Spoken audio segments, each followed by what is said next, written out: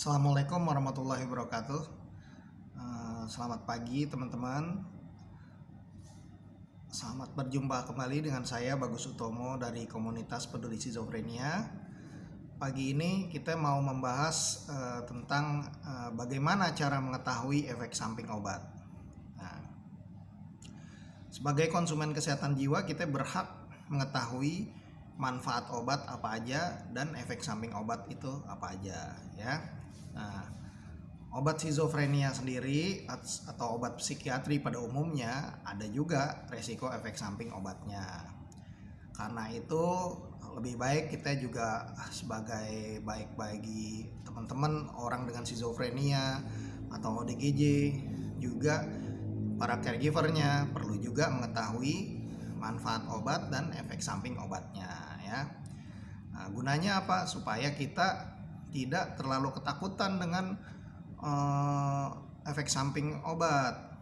Di masyarakat masih banyak tuh stigma-stigma tentang obat-obatan psikiatri yang membuat orang jadi sangat ketakutan, jadi ogah mau berobat, nggak mau minum obat. Dianggap berbahaya buat ginjal, buat liver dan sebagainya, sehingga orang tersebut malah jadi takut berlebihan ya. Padahal resiko terhadap itu sebenarnya sudah diperhitungkan oleh para ahli di industri farmasi, dokter-dokter dan lain-lain ya. Nah, kita juga perlu tahu bahwa di banyak negara termasuk di Indonesia itu namanya obat itu wajib dicantumkan petunjuk pemakaiannya, kontraindikasi, jadi interaksi dia dengan obat lain misalnya, atau juga resiko-resiko efek samping obatnya itu udah harus dijelaskan, ditulis di casing obatnya, atau biasanya ada semacam lembaran yang isinya petunjuk gitu ya. Jadi semua itu wajib diberitakan kepada konsumen kesehatan. Nah, efek sampingnya juga dicantumkan secara terbuka. Nah, di website database obat di internet juga lengkap semua itu. Ya, bahkan ada komentar-komentar dari penggunanya. Gitu. Jadi itu wajib dibuka kepada umum, baik efek samping yang umum maupun yang khusus. Nah, untuk memahami efek samping obat ada beberapa hal yang perlu kita perhatikan. Nah, ya. Yang pertama ya, konsultasikan segala sesuatu tentang obat tuh kepada psikiater yang meresepkan obat kepada kita gitu ya. Nah, meskipun hal itu dianggap sepele bagi kita, kalau kita merasa khawatir ya kita tanyain aja langsung kepada psikiater, karena itu hak pasien. Ya mungkin misalnya pada waktu itu psikiaternya waktunya sempit, belum sempat menjelaskan, ya kita sambil lihat-lihatlah situasi. Ketika dia pasiennya lagi nggak terlalu banyak, kelihatannya dia juga lagi senang menjelaskan kepada kita, ya kita tanya sekalian. Jadi kita aturlah supaya kita mendapat penjelasan yang jelas tentang obat yang kita konsumsi.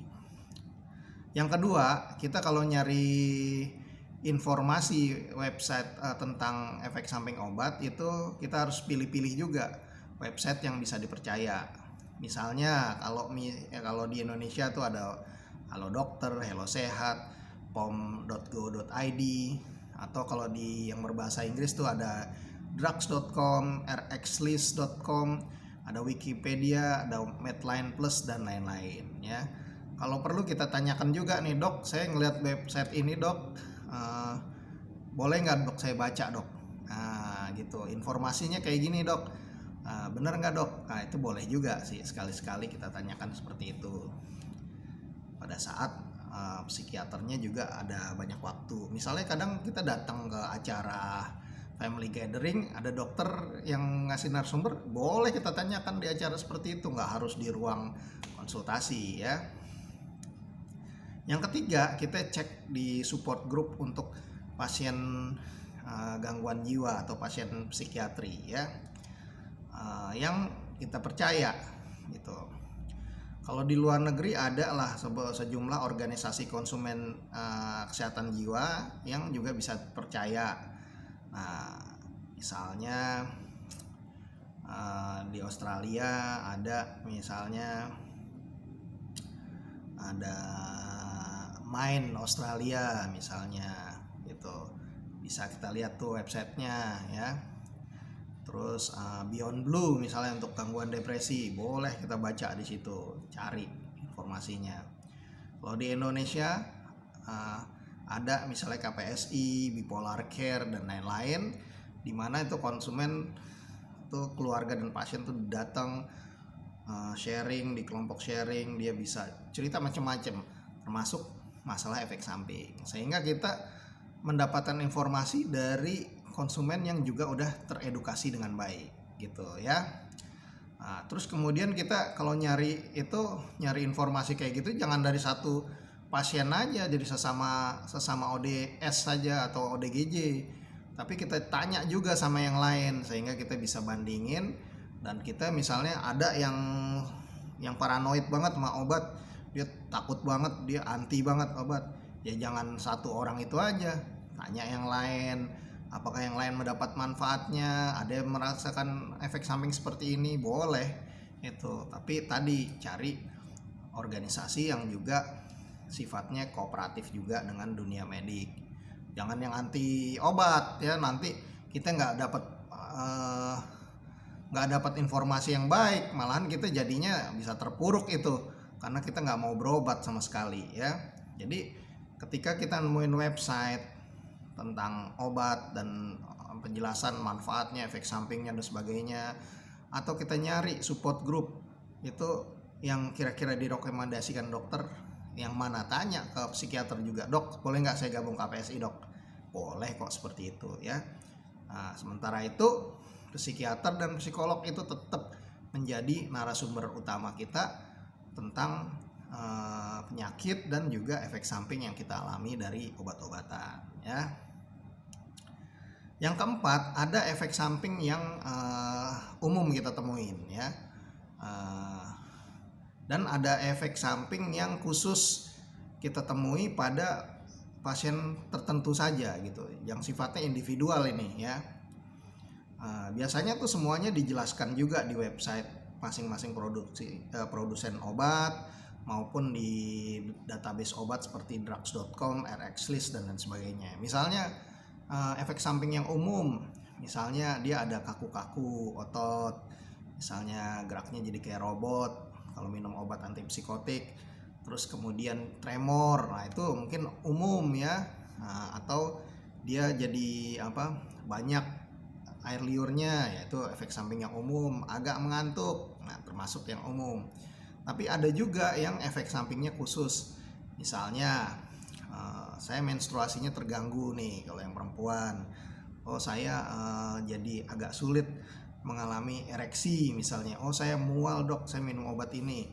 Nah itu efek samping yang khusus dari orang per orang, boleh ditanyakan juga ke dokter mengenai itu, sehingga dokter bisa menyesuaikan obatnya, baik bisa diganti obatnya atau bisa dikurangi dosisnya sehingga dicapai titik nyaman buat kita yang mengkonsumsi obatnya ya.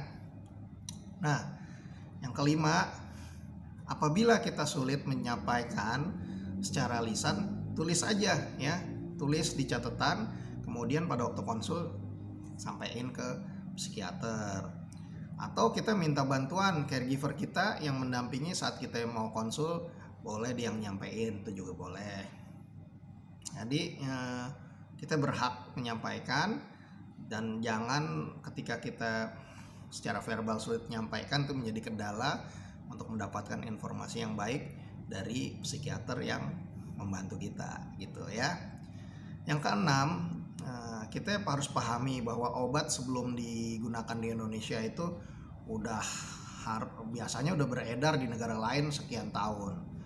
Jadi kita bisa belajar, di sana aman, banyak manfaatnya, efek sampingnya minimal, baru biasanya para ahli di sini mempertimbangkan untuk dibawa ke Indonesia. Dan di luar negeri juga sebelum diedarkan udah ada semacam badan POM ya, Badan Pengawasan Obat dan Makanan, yang disebutnya kalau di Amerika tuh Food and Drugs Administration (FDA). Itu juga mengawasi sebelum obat digunakan untuk pasien manusia itu, wah, uji klinisnya panjang banget itu.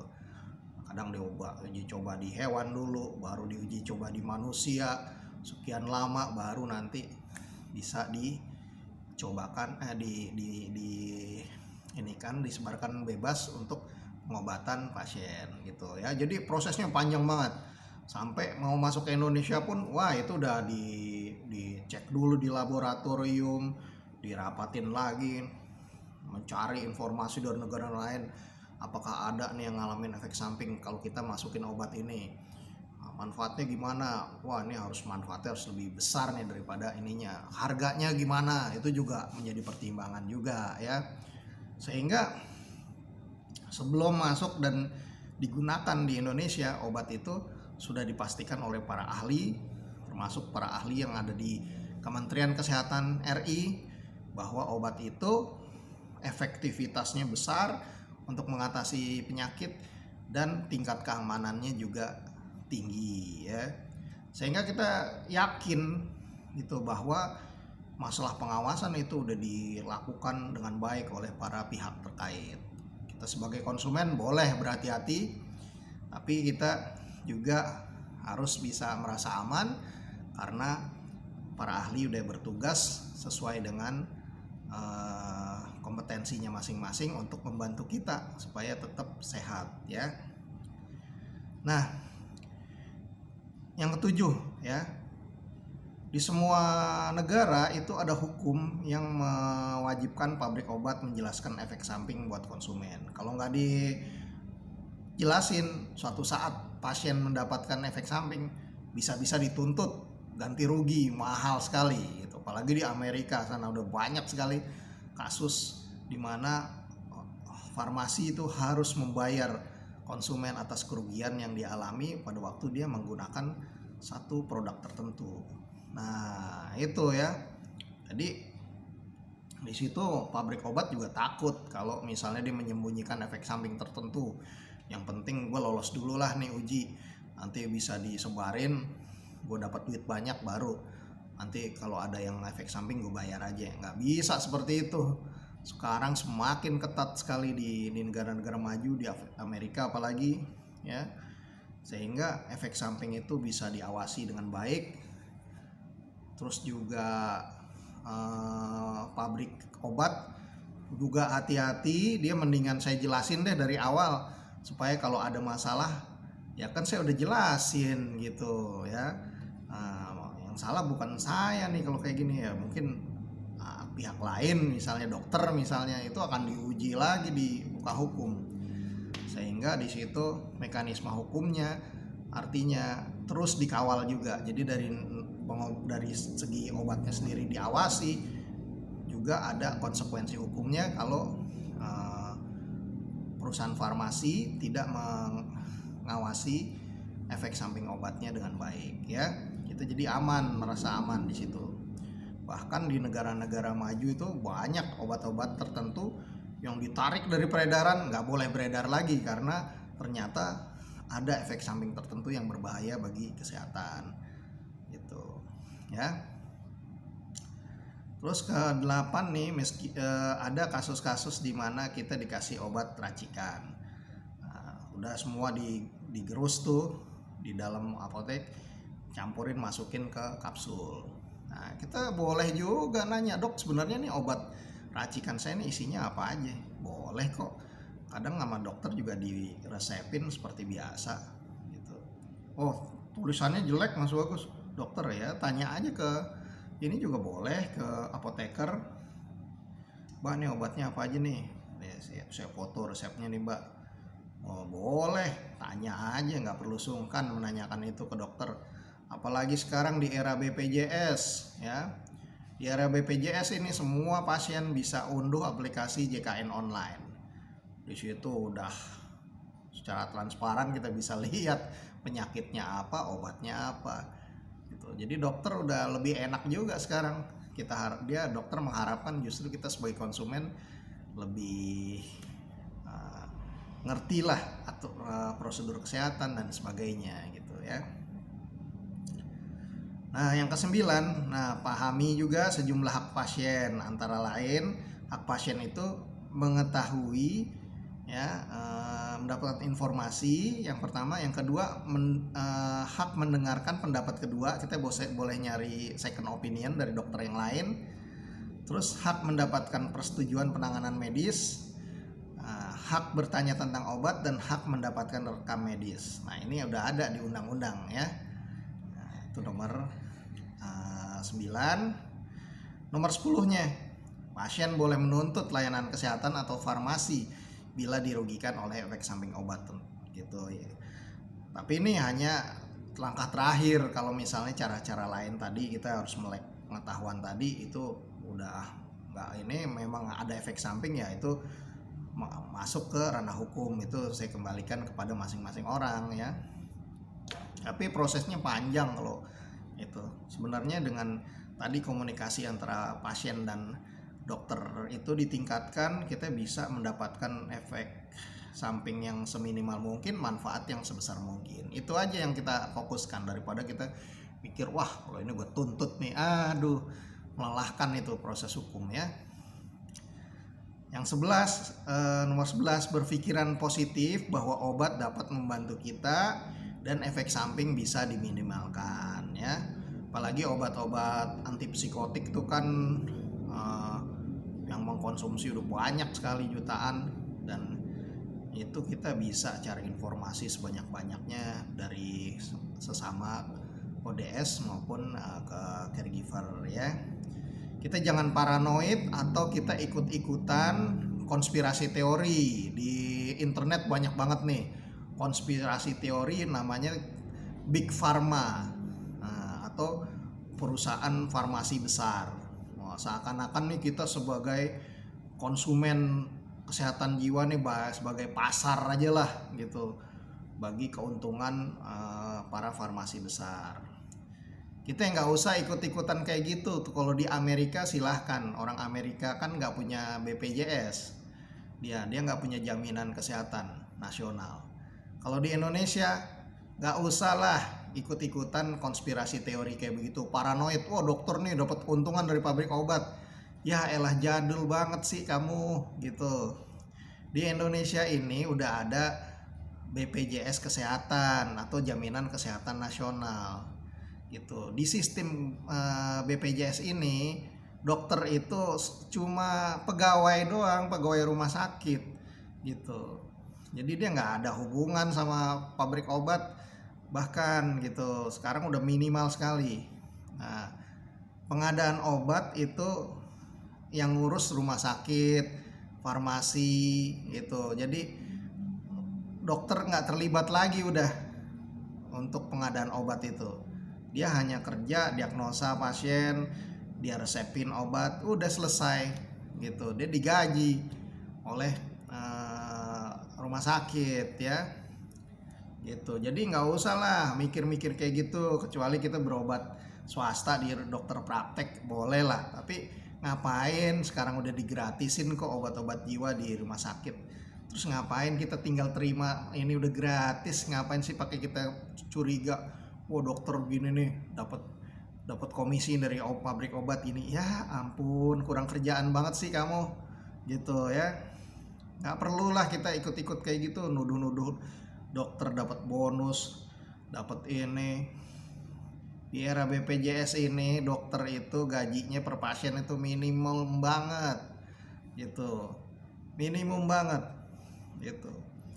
Nah, jadi nggak usah lah kita berpikir begitu. Justru kita harus prasangka baik sama dokter, bahwa dokter ini satu hari itu kalau di RSUD saat ini itu bisa 100-an pasien, dan itu harus diselesaikan sampai selesai hari itu gitu. Bayangin jadi psikiater harus dengerin keluhan orang sebanyak itu juga tidak mudah, capek ya. Jadi dedikasi mereka itu luar biasa besar ya. Kita harus apresiasi ya, karena pengadaan obat itu sekarang udah tanggung jawabnya manajemen rumah sakit dan BPJS. Dokter nggak ikut-ikutan ya.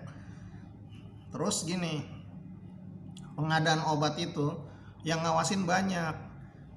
Dari dinas kesehatan sendiri ada, inspektoratnya sendiri, dari Kementerian Kesehatan ada lagi pengawasan, dari DPR, DPRD ngawasin pengadaan obat. Terus kemudian ada dari KPK ngawasin juga pengadaan obat, jangan sampai ini ada korupsi ya. Jadi banyak banget, belum lagi BPK dan sebagainya. Rugi dokter kalau pakai bermain-main mata sama ini, udah nggak ada perannya. Sekarang tuh yang ngadain langsung rumah sakit. Jadi udahlah, jauhin lah gitu website-website konspirasi teori dan sebagainya, itu nggak penting banget ya. Nah, nomor 12, percayakan soal pengobatan pada dokter. Mereka sudah terlatih, sudah menjalani pendidikan begitu lama ya. Dia juga pengalaman memandu ribuan pasien. Nah, pasti mereka juga senang kalau pasien cepat pulih dan stabil selama-lamanya. Jadi nggak ada tuh, dokter mah paling seneng kalau kita balik melulu ke dia, jadi beli obat mulu. Ya nggak gitu, orang sekarang berobat udah gratis kok, masih aja berpikiran curigaan nggak level begitu. Jangan itu, dokter juga pengen pasiennya sembuh secepat mungkin. Pengen nggak dokter pasien schizofrenia pulih total? Pengen, nggak perlu berobat lagi, seneng dia. Tapi kenyataannya kan tidak demikian. Kenyataannya dia harus terima bahwa gangguan schizofrenia itu kronis dan kambuhan. Jadi ya tetap dia harus terima, dia tiap bulan konsul lagi, diresepin lagi. Tapi dia akan seneng kalau pasiennya bisa pulih, bisa melanjutkan hidup, bisa produktif kembali, bisa berkeluarga, punya anak, dan jadi seperti orang pada umumnya gitu ya. Prasangka baiklah mulai sekarang pada para petugas kesehatan. Nomor 13 ya, kita itu memang yang paling tahu gimana rasanya minum obat, gimana obat tertentu masuk ke dalam tubuh kita gitu. Kita berhak mengungkapkan perasaan kita seperti apa. Dok, saya sebenarnya nggak nyaman dok sama obat begini. Boleh sampein aja secara terbuka.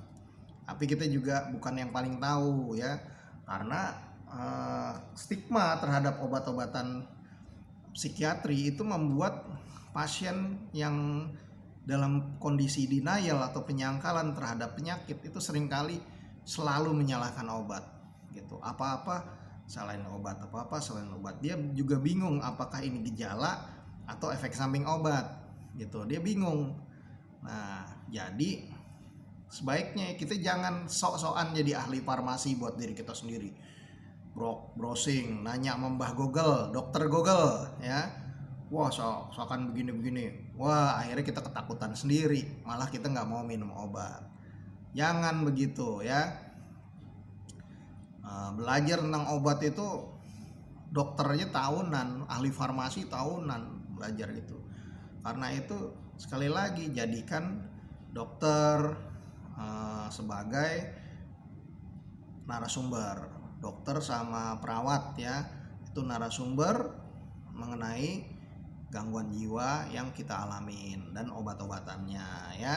Konsultasikan secara terbuka kepada mereka selama kita berobat, sehingga kita bisa merasakan manfaat sebesar-besarnya, bisa pulih secepat mungkin, bisa cepat mandiri. Akhirnya kita semua sama-sama bahagia, happy gitu ya. Ya itulah teman-teman, cerita ini panjang lebar tentang bagaimana ada poin-poin yang penting untuk mengetahui efek samping obat ya. Semoga informasi yang saya sampaikan ini berguna buat teman-teman semua. Kalau dirasa berguna, boleh di-share juga kepada teman-teman yang lain. Kalau ada komentar, boleh tulis di kolom komentar. Jangan lupa tombol subscribe sama tombol loncengnya dipencet supaya kalau saya ada video lagi, teman-teman terupdate.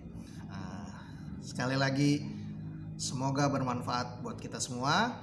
Semoga cepat pulih teman-teman ODS dan bisa berbahagia lagi sekeluarga. Wassalamualaikum warahmatullahi wabarakatuh.